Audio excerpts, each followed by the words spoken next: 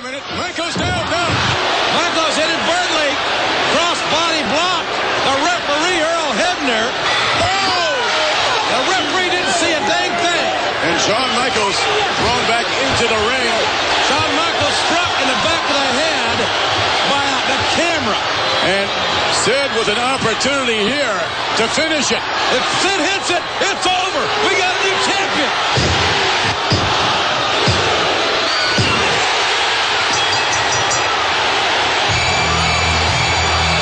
I can't believe it.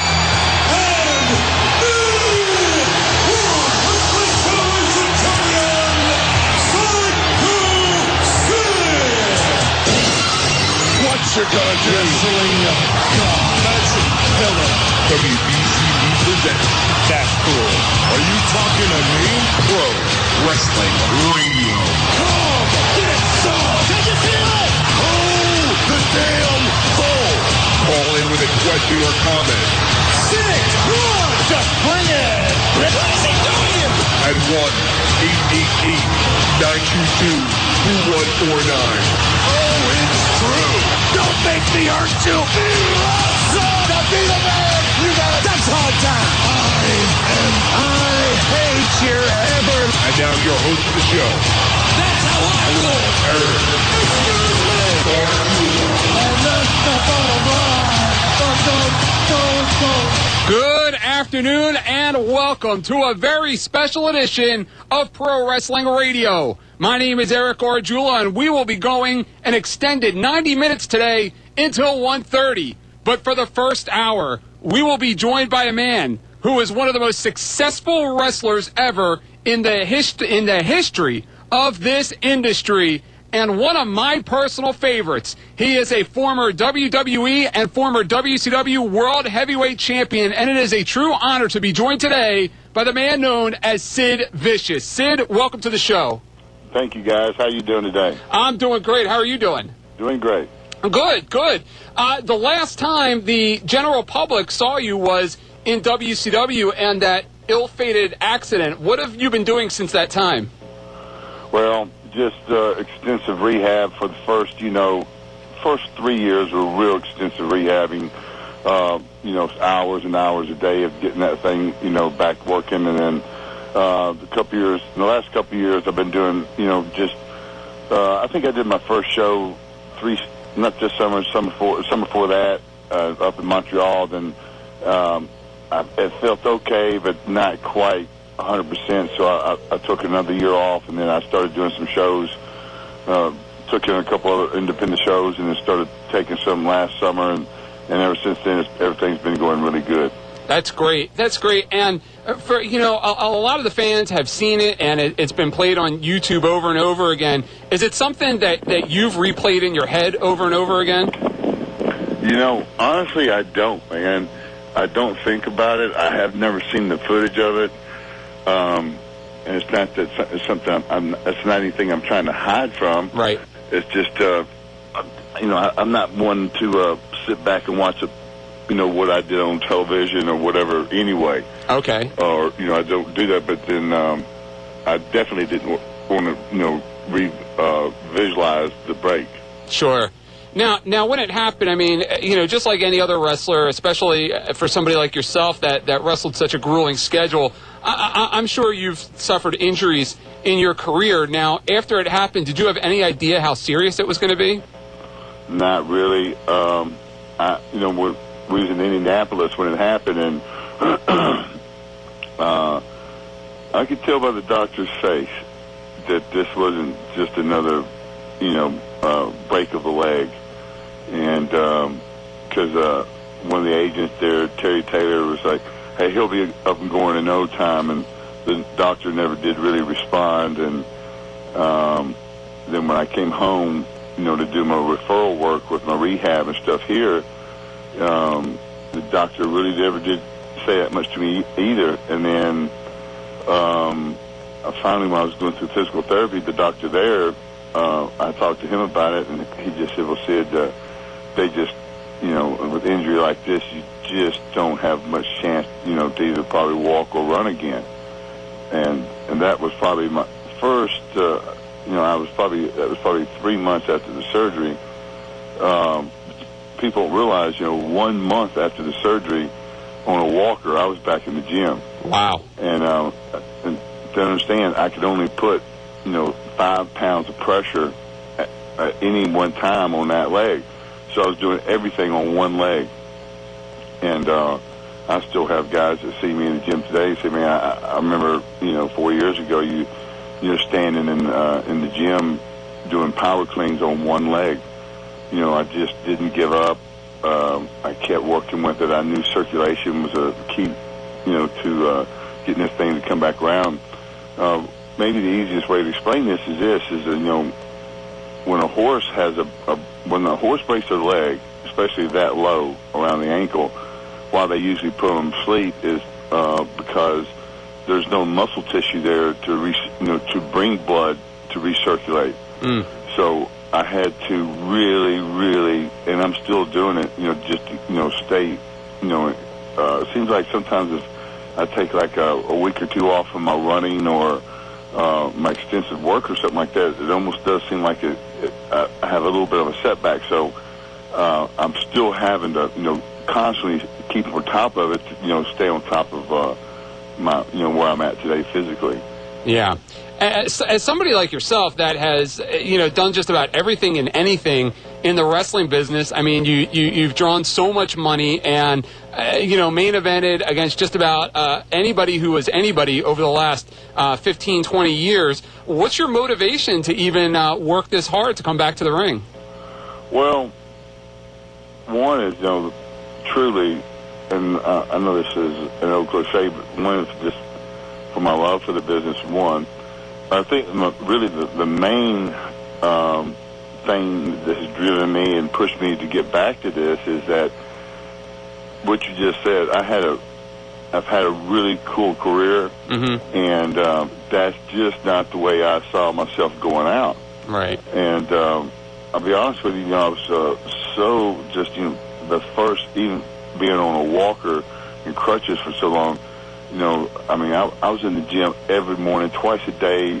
I wasn't doing a whole lot, but I was in there. I was doing what I could do, a lot of machine stuff and the stationary bike where I could put that cast on the pedal, but really was to, get back and just finish my career correctly. But believe it or not, as of last year, when I knew I was 100% again, and I was able to, really come back. I didn't really lose the drive to come back, but I had, got in touch with last April, March, with the WWE. Told them I was, 100% and ready to come back, and they sounded real interested, and they've been dragging their feet about that ever since. And now I'm not really. That's not, I did a show last night and the week before I've been doing a lot of independence, and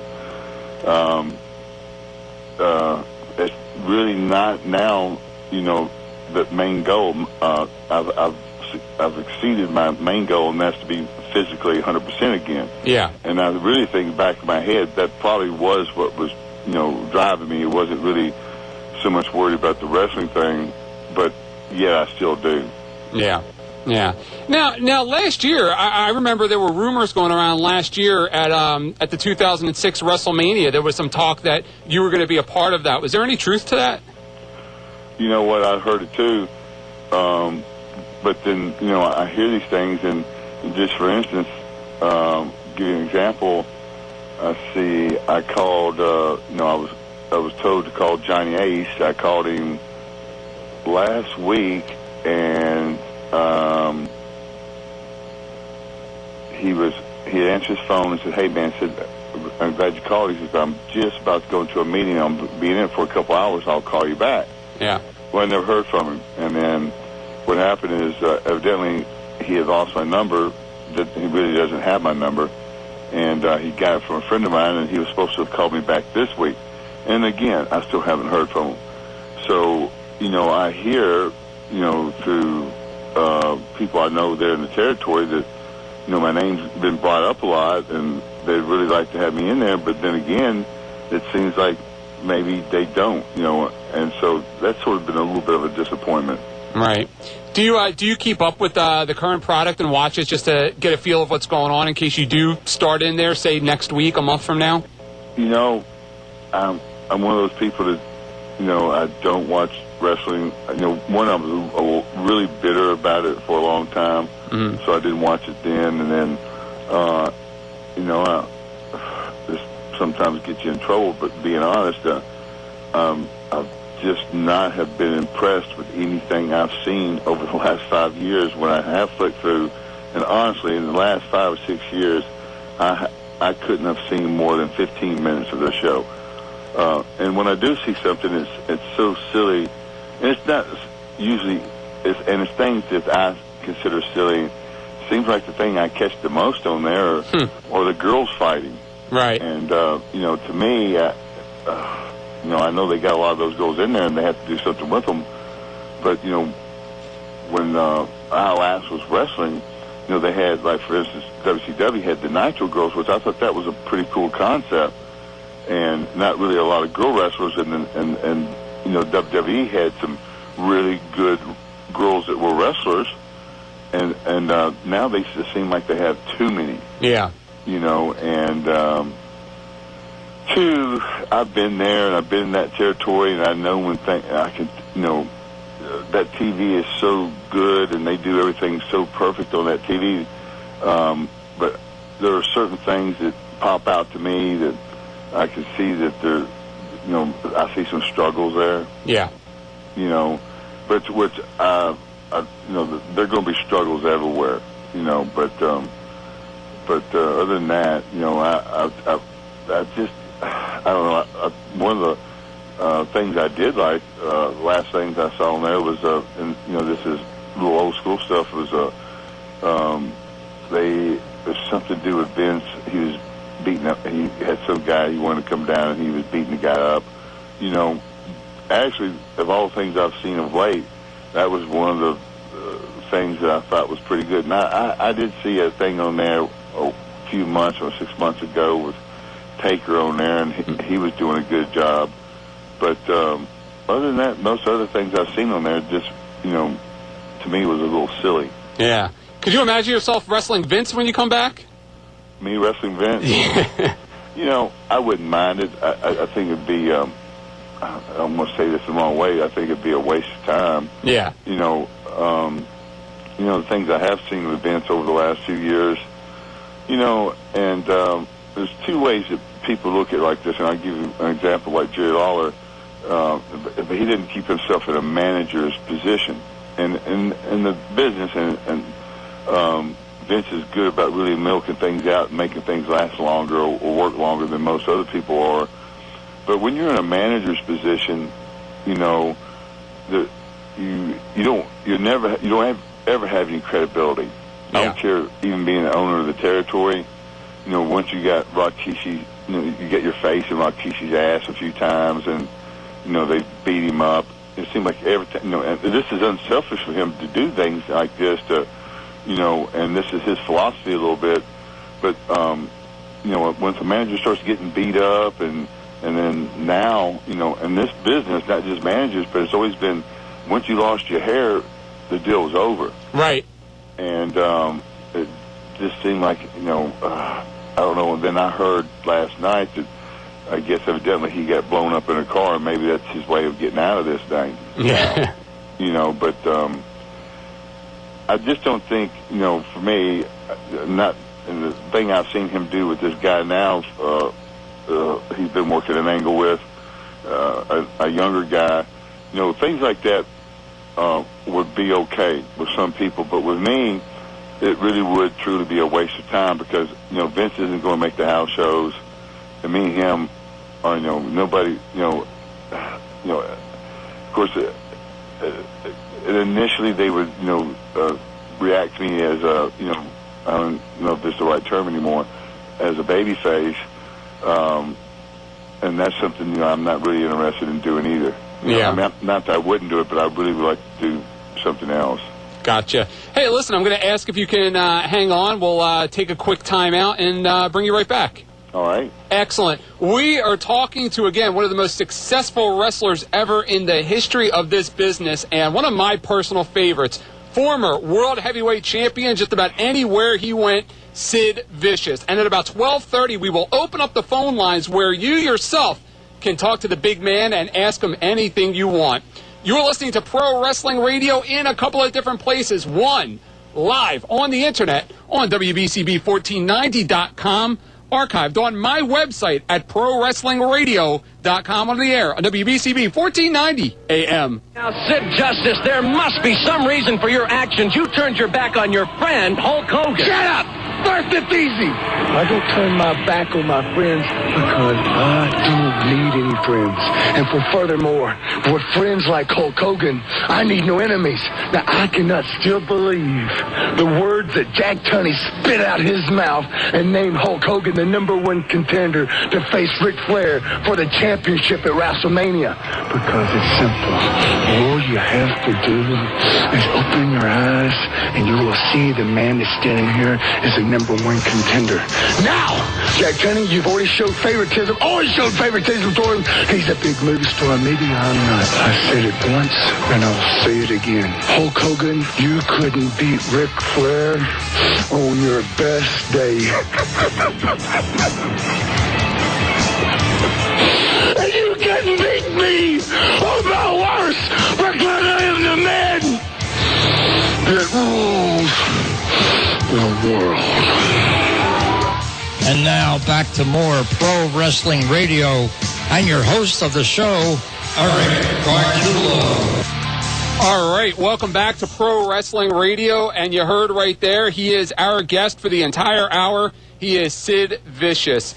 And Sid, let me ask you, because a lot of people have called into the radio show about this, and you and I have talked about this in a previous interview, and keeping in mind that I'm on radio, so if you can kind of censor your answer, because I know you might get a little fired up asking this. Sure.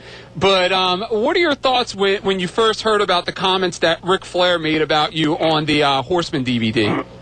Well, I told you before, and maybe this word, the one thing I told you, I said I didn't hear it. I just heard it from you and other people. For the guy who, through the moment I met him to the last time I saw him, was always real respectful to me, was a really nice person and things like that. Only thing I can say would be this, and I explained it to you. Yeah. When I hear somebody say something like that, and he knows, and I know it's not even close to being true, it sounds like, maybe he's a little jealous, or not maybe jealous, or maybe his feelings are a little hurt that I wasn't willing to do the Horseman DVD or CD or whatever you want to call it. And I told you, and I'll tell everybody now, and I told the company at the time when they called and asked me to do it, that I had plans, and still do, if things were to work out, to come back up there and have a nice run. Yeah. Of course, I'll give you, like last night, I was doing this little spot show, and I had all these little bitty things, thrown into the match through the night, and just like one little thing at a time, like, I wanted one guy to run in to feed a heel, and then, et cetera, et cetera. Yeah. And at first they just said, man, that didn't sound like a whole lot too much to it, but then after we got it all put together, in this little place we was at, and they've been there in existence now for over 10 years. It was one of the most exciting matches that place has seen in 10 years. And that's what I'm trying to get to here, is that even though that DVD, that Horseman thing, doesn't seem like that big of a deal, but if no one knows what what some of the ideas I have, and then we don't know what the ideas that the company might have, and to expose me before I come back, and something, and I'm not downplaying anything, but something so, insignificant as a Horseman DVD, we know why they're coming up with those, the AWA DVDs and all these others. It's just they're just trying to find something to make some money on. Yeah. if they really thought the Horseman thing was any good, they would be doing it on TV. Good point. And like I said, and I told the company, or the guy, whoever was in charge of that, hey, look, I'm trying to talk to these people about coming back, and I just don't want to do anything that might, not overshadow, but water down something maybe big I could do. Yeah. It makes a lot of sense. And what it does, too, and just, and I've been lucky, and I'm sure if I get a chance to come back, it will be, and I've always been in good position. So if you're going to be in a good position, too, I don't have to say this, but just me coming back to the business over this injury, this is an injury no one else would have probably ever come back from, that itself is going to be a big statement. Yeah. Just that alone. I don't want to overshadow anything that, I've worked 7 years to get back to by doing something so small. It's like a DVD that they're only going to sell a couple hundred copies of. Right. No, it makes a lot of sense.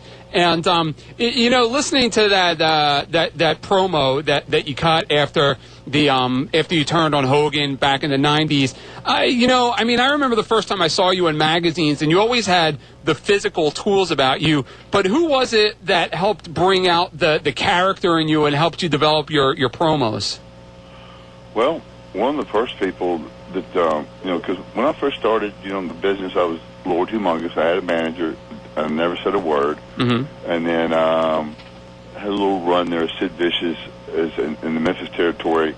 Didn't really, it was all live TV. Never said more than maybe 4 seconds. And then with the Skyscrapers, we had Teddy, who did all the talking. I just wasn't really a comfortable talker. And then the first person that really forced me into saying, hey, you got to start doing this, was Arn Anderson. And then people like him and Dutch Mantell, they was watching me, hear me do interviews, and said, okay, hey, just keep it simple, something that, that the people can hear and believe. And I started off like that. And then, two, one of the biggest catalysts in this that helped me, and two, I told you before, I was really surrounded my whole life in this business with really, smart people. Yeah. And, but probably the person that really got me down and really helped me out with everything was Ole Anderson. He was the first. And then, of course, working for Vince and them, everything was a little more in detailed. And then that's when I really learned about detail. And so what I used to do was I would read some books, and if I highlight, sometimes one word or a phrase or a paragraph would jump out at me and give me a lot of things to think about, talking about. And so I'd always keep a book with some things highlighted, to be able to feed off of and come up with some pretty cool things to say. That's great. Speaking, I brought up Flair's name, but somebody that actually said something very complimentary about you. Last week on the show, I had Paul Orndorff on, Mr. Wonderful. And he praised you. He said he liked you a lot and really hit on your psychology and just, said you really understood the whole psychology aspect of the business. Well, I do, man, and I'm not bragging. I'll give you another example. I think I told you before. It was 3 years ago. I did my very first show as a wrestler in Montreal up there with it was a hardcore group like ECW out of Montreal. And there was a 5th-year anniversary pay-per-view, and I came in and did it with Carl Willett.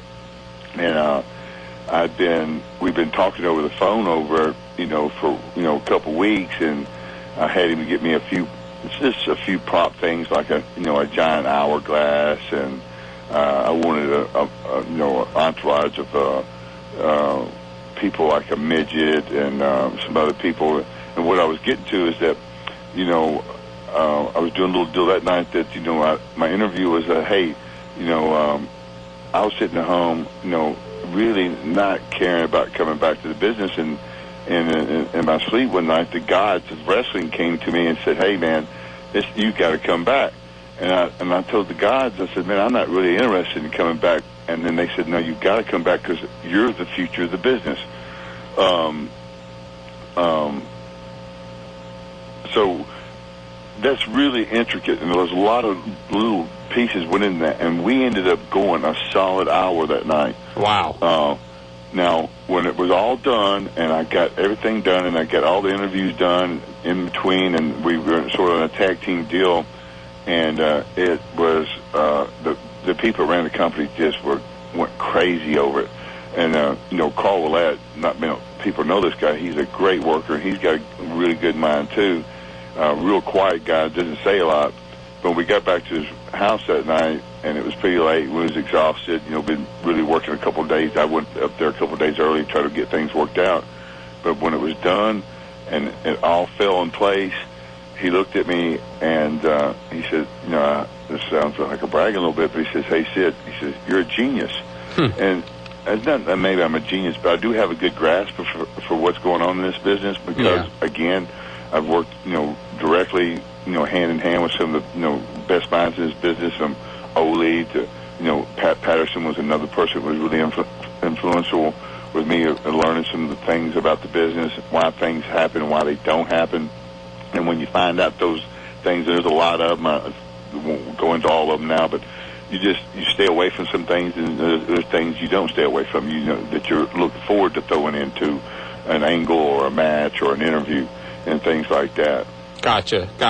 Well, again, we are speaking to the legendary Sid Vicious. And Sid, I'm going to take my final break, and when we come back, we'll hear from the fans. Okay. All right, excellent. We are speaking to the legendary Sid Vicious, and when we come back from the break, we will take your calls. The phones are already lit up. We'll start out when we come back from the break from Chicago, and we'll just move on through the hour. Now, when you come on to speak to Sid, just to keep things moving and to make sure we get everybody on, as long as possible, please come on the air and say hello and state your question or questions, and then we're going to cut you off, and you can listen on the other side, and that way we'll keep things moving along, and we'll try and get in as many calls as possible for the legendary Sid Vicious. My name is Eric Gargiulo. This is Pro Wrestling Radio. We're on the air until 1:30 today. At 1 o'clock, we'll take a break for the news, and then in the 1 o'clock hour, we will talk to John House live down at PWU's Crazy 8 Tailgate Party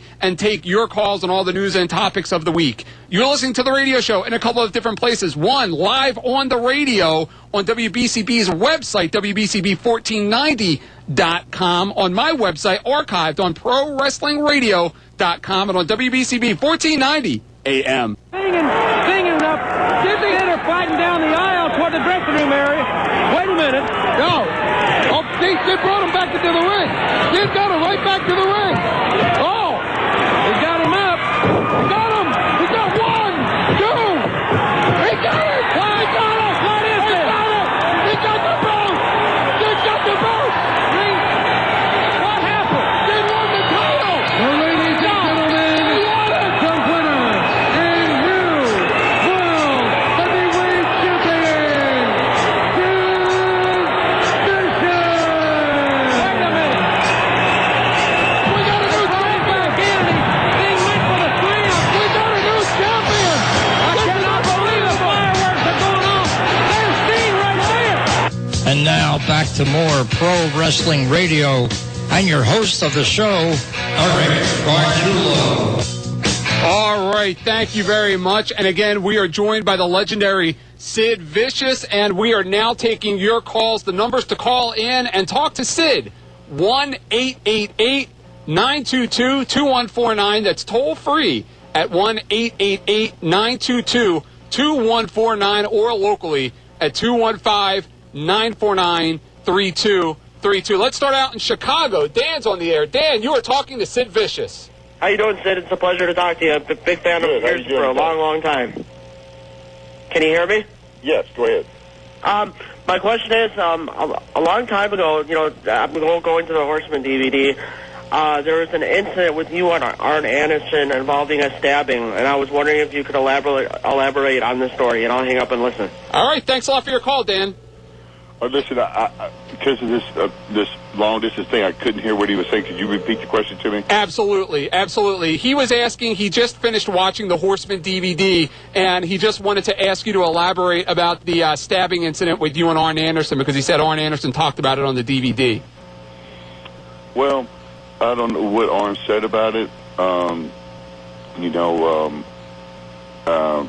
Me and Arn's talked about it. We put it, we both said it's behind us. I'm sure during that DVD to make it, more sellable, they'll put anything in there, no matter how stupid it seems. The deal with that is this, and I've said it, and this is the simplest way I can put it. Arn and I always had great respect for each other, still do.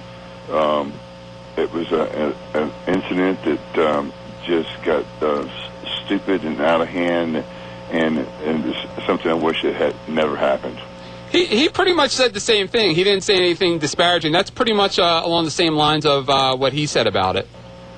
And that has to be a little bit of a testimony there to the truth of it, the whole thing, because we both you don't never want to be in a position like that, and when things like that happen, it's just you regret it. Yeah.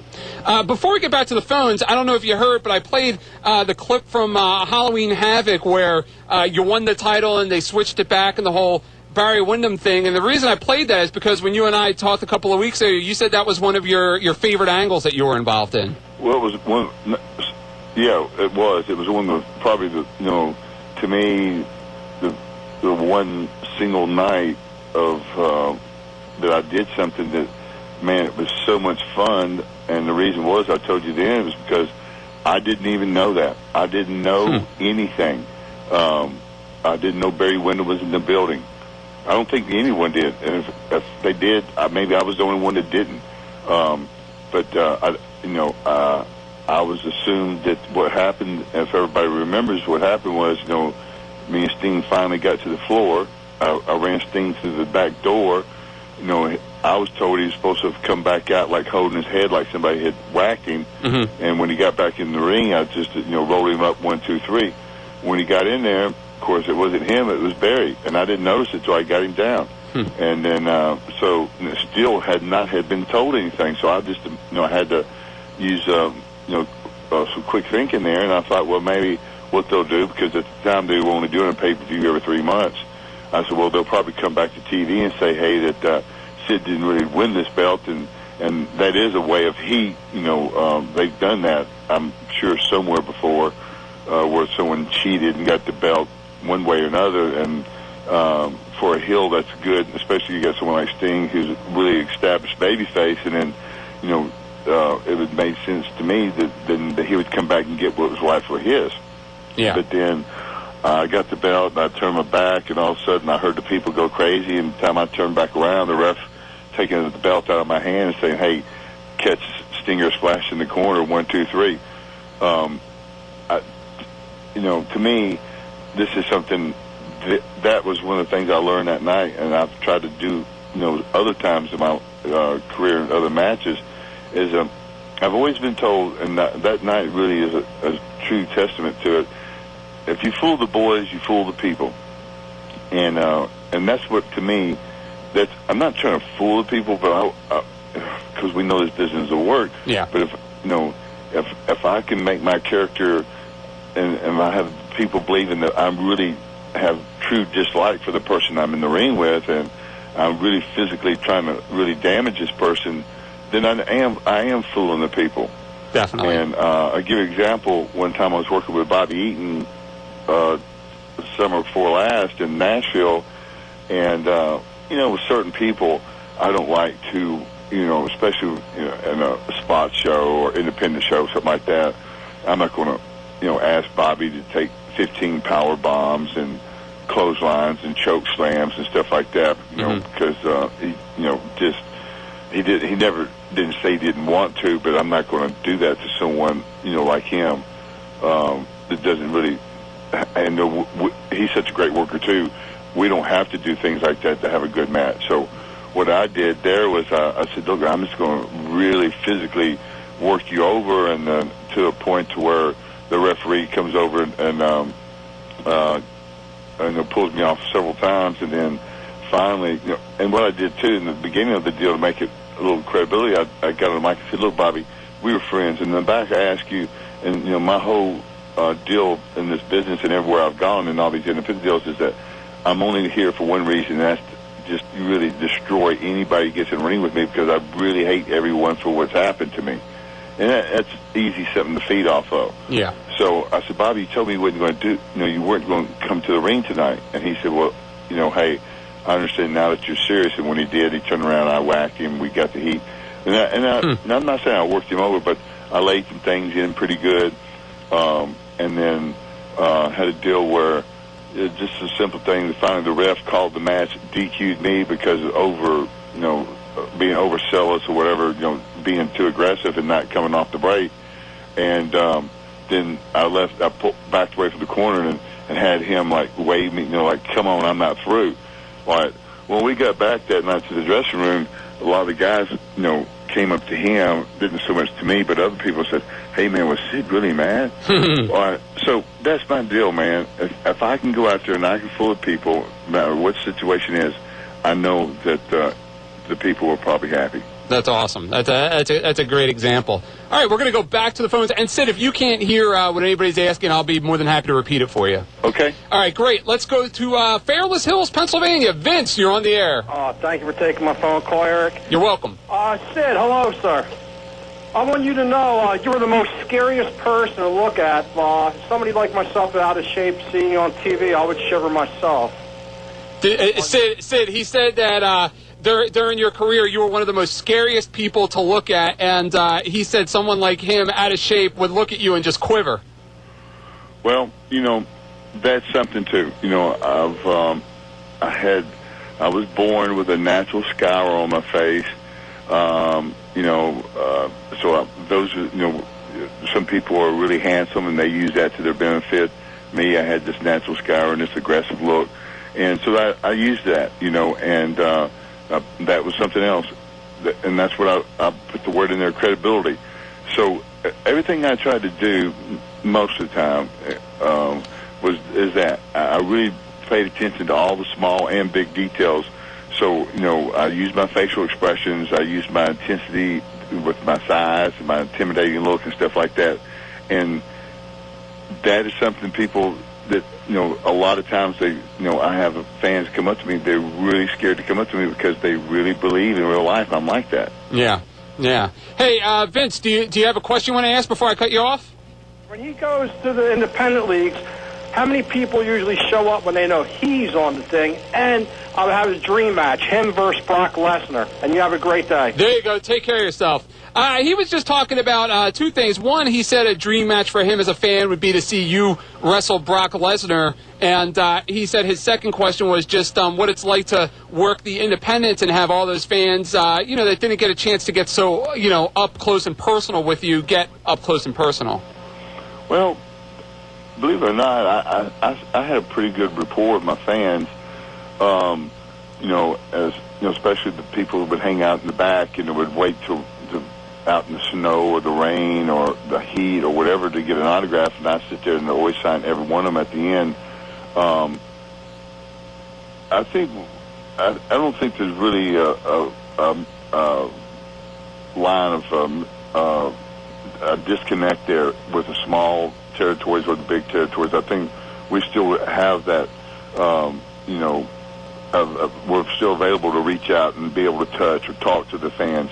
It's just some people refuse or choose not to. Right.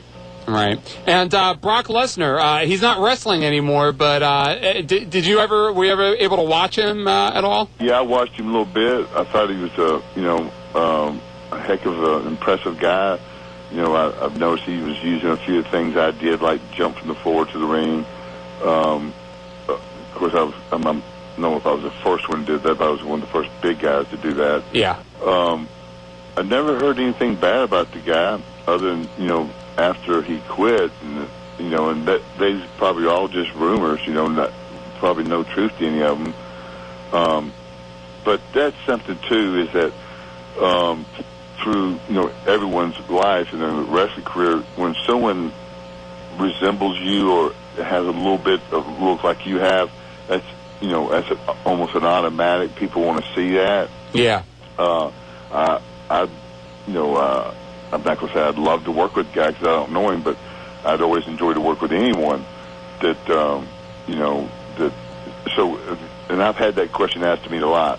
So if that question has been asked to me a lot, that would probably be something that people would be interested in. So I would sure be interested in it. Definitely. Before I get back to the phones, you had such a successful career, and you did so many different things during your career. Is there one time that you could pick out, whether it was a gimmick that you had or a feud that you were in or just a time that you thought that to yourself that this was the most fun time that you had during your entire career? Well,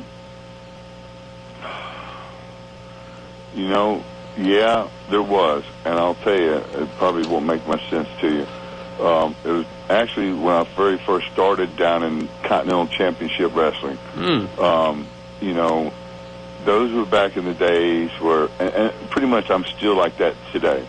I never had to worry about who I was working with that night. This was before I knew there was anything like jealousy in the business. It was just every night was just that. It was so much fun. Now I had now that's one type of fun. The other type of fun that I really enjoyed was working on the big scale and the big platform of WWF. The magnitude of people that were at the events, things like that. Now, that to me also was just as much as fun. Even though the thing about me too, I've never been had my hand or my mind into the politics side of the business. Yeah. I still, up to the last day I worked in WCW or WWE or WWF, I never looked at a booking sheet. I didn't know who I was working with till I got there. I didn't care. I mean, I did care, but I wasn't going. I didn't let those, like some people who'll get on the thing and find out who they're working with at TV and call the office and drive them crazy about what's going on, this and that. Yeah. I don't enjoy that type of stuff. So. And that's why the small territory in the beginning was probably still, to look back, was the most fun I ever had, because all it was fun. Yeah. It wasn't, you weren't making any money, so it wasn't the money, but and it was just, that to me was probably the most fun I had. No, it actually makes a whole lot of sense, actually. Well, we are scanning the United States today. We're going to go to Michigan for our next call. Scott in Michigan, you are on the air with Sid Vicious. Hey, with Sid Vicious. How you doing? Good. How you doing, man? I'm doing pretty good. I've always admired you growing up. You did intimidate me. One thing I got to ask you is that when you went to ECW, this is a real quick question here, is, why did you decide to go to ECW after, all you accomplished, in WCW and the WWE holding both their titles? Why did you decide to go down to ECW? Did you hear his question? I swear I cannot hear nothing. Oh, okay. He was saying that when you went to ECW, he was surprised, and he was wondering, with everything that you had accomplished and wrestling on such a big scale as WWF and WCW, why you went to ECW when you did. Well, I was in between. I wasn't working for either one of the companies when I was offered that position there, and to me, it was as well run as either of the two organizations, pretty much. There wasn't really a lot of difference between the three of them, other it was just a smaller scale. The other side to ECW was it's sort of like television gotten today. You were allowed to do more, you could get away with more, and I've said before too. Paul did, in my opinion, he did a perfect. He used me perfectly. I came in, was myself all the time, and things like that. So I never looked at that like taking a step back, and I don't look like doing OCO last night, taking a step back. It's just another shot. Yeah. So I don't look at it like that. I looked at it was a good opportunity. It opened up other opportunities for me, and that's what usually happens. But that was a place I had a lot of fun as well. Do you have another question, Scott, before I cut you off? Oops, Scott's gone. Scott, are you there? No, I guess he hung up. Oh, okay. I wanted to ask you, for a little while, in between stints, I think when you were rehabbing an injury, you were down in Memphis and you did commentary for a little while there. And did you like it? I did. I was what that deal was to be, and if I'm not mistaken, the commentating was a little of a deal where it was to make the people think that's what I was, until I got whatever. But it was just a ploy to make the people think that's what I was going to be till I get and got back in the ring. Oh, okay. Did you like it? Did you like the couple of weeks that you did a commentary? I did a little bit. It was something new. I hadn't really got a real good feel for, because you can't talk when someone else is talking. And I think there was 3 of us out there. I can't remember who all it was now, but it was a little complicated. Not complicated, but it wasn't as if I had a chance to maybe do more of it. And too, that's just, man, I love talking, and I love doing interviews, but commentating, man, is, to me, is not something I look forward to doing. Gotcha. What are your memories or any thoughts you have of Lance Russell, one of the greats? Lance was, to me, like a Gordon Sully, just a true professional, a real gentleman, what we call gentleman's gentleman in this business. The pure good guy, and he was like that in real life too. Gotcha. Yeah, the tape that I saw with you doing commentary and doing the angle with Mabel, you were doing commentary with Lance, and I forget if it was Corey or Dave. That was the other one. Yeah.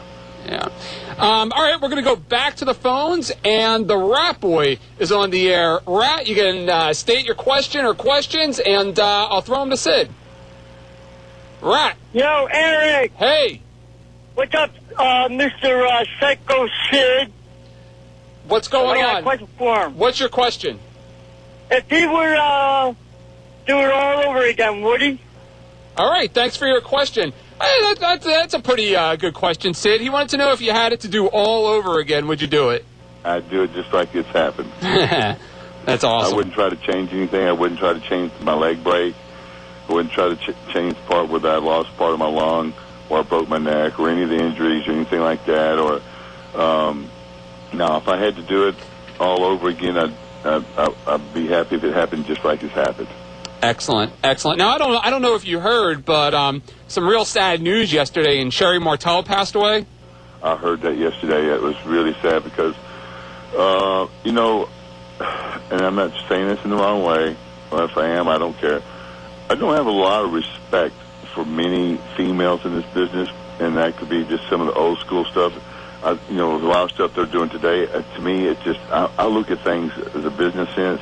I just see so much minutes of airtime being wasted on something that's not going to probably sell, in my opinion, sell one ticket. It might sell a few tickets, but people don't come to see girls fight.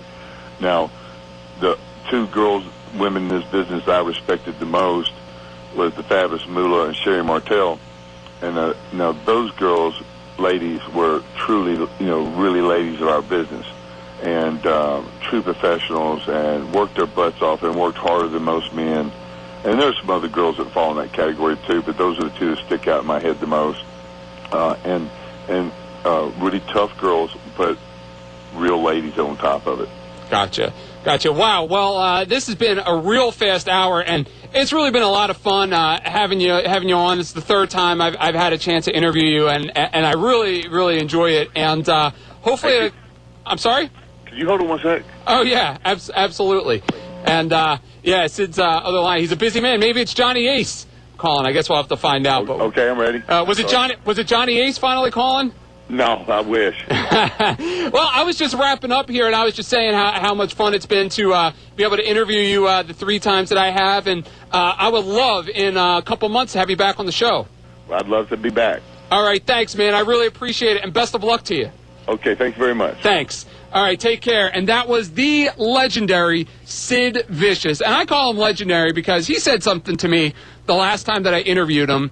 And he said to me, you know, if you look at Austin and you look at Rock and you even look at Hogan, he says that he belongs up there in that category because over his career, he has drawn more money on a consistent basis than just about anybody, maybe except Hogan, because Austin and Rock had their runs, they had their brief runs, but Sid, once he hit it big, he drew money consistently throughout his career, and it was a very controversial thing for him to say, but you really can't disagree with it when you look at the numbers. And I just remember living here in the Northeast and seeing him come out. And I think that, and I talked to his partner, his ex-partner, Dan Spivey, about this a couple of weeks ago. I think he was the first guy to get the "one more time" chant. Because I remember at the Bash 89, where it was either a power bomb or a choke slam that he gave to somebody, and the whole crowd in Baltimore was yelling, "One more time, one more time." And the Northeast specifically had such a love affair with Sid. And I'll say this, too, because I saw Sid about a month ago, and he looks awesome.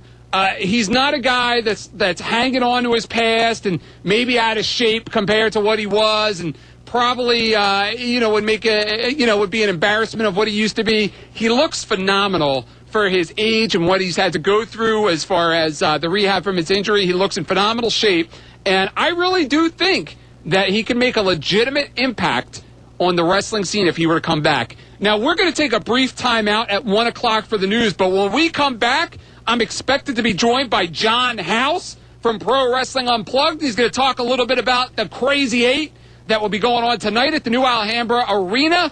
He will also be talking about the tailgate party that will be starting in a couple of hours down there as well. And we'll also talk about the break. Sure. Now, when it happened, I mean, just like any other wrestler, especially for somebody like yourself that wrestled such a grueling schedule, I'm sure you've suffered injuries in your career. Now, after it happened, did you have any idea how serious it was going to be? Not really. We was in Indianapolis when it happened, and I could tell by the doctor's face that this wasn't just another, break of the leg. And because one of the agents there, Terry Taylor, was like, hey, he'll be up and going in no time. And the doctor never did really respond. And then when I came home, to do my referral work with my rehab and stuff here, the doctor really never did say that much to me either. And then finally, when I was going through physical therapy, the doctor there, I talked to him about it, and he just said, well, Sid, they just, with injury like this, you just don't have much chance, to either probably walk or run again. And that was probably my first, that was probably 3. Wait a minute. Michael's down. No. Michael's hit Burnley. Cross body blocked. The referee, Earl Hebner. Oh! The referee didn't see a dang thing. And Shawn Michaels thrown back into the ring. Shawn Michaels struck in the back of the head by the camera. And Sid with an opportunity here to finish it. If Sid hits it, it's over. We got a new champion.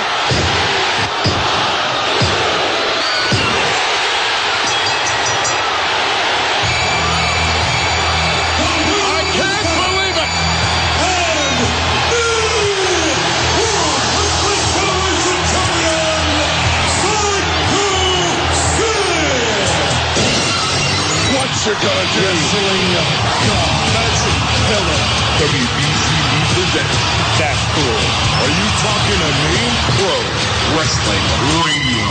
Come, get some. Can you feel it? Oh, the damn bull. Call in with a question or comment. 6, 1, just bring it. What is he doing? At 1-888-922-214. We have for the first 3 years were real extensive rehabbing. you know, hours and hours a day of getting that thing, you know, back working. And then the last couple of years, I've been doing, you know, just I think I did my first show not this summer, summer before that, up in Montreal. Then it felt okay, but not quite 100%. So I took another year off, and then I started doing some shows.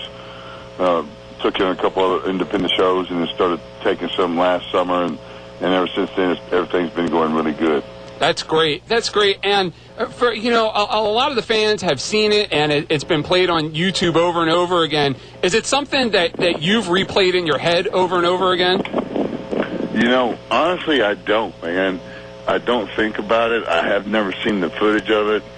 And it's not that it's something it's not anything I'm trying to hide from. Right.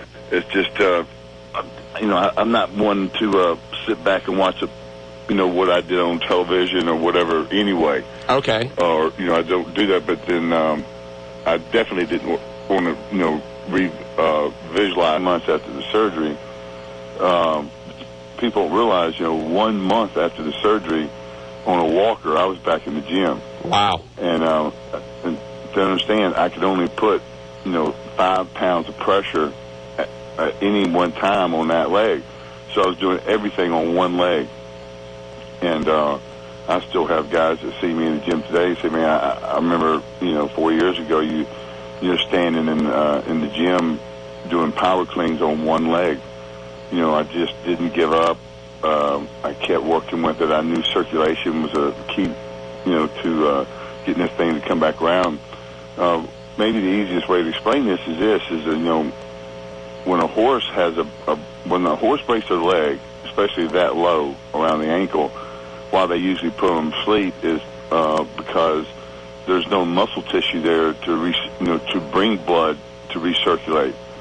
So I had to really, and I'm still doing it, you know, just to, you know, stay, you know, it seems like sometimes if I take like a week or two off from my running or my extensive work or something. Oh, it's true. Don't make me hurt you. To be the man, you gotta. That's all time. I hate your ever. And now your host of the show. That's how I roll.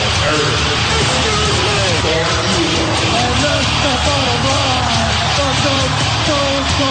Good afternoon and welcome to a very special edition of Pro Wrestling Radio. My name is Eric Orjula, and we will be going an extended 90 minutes today until 1:30. But for the first hour, we will be joined by a man who is one of the most successful wrestlers ever in the history of this industry, and one of my personal favorites. He is a former WWE and former WCW World Heavyweight Champion, and it is a true honor to be joined today by the man known as Sid Vicious. Sid, welcome to the show. Thank you, guys. How you doing today? I'm doing great. How are you doing? Doing great. Good, good. The last time the general public saw you was in WCW and that ill-fated accident. What have you been doing since that time? Well, just extensive rehab.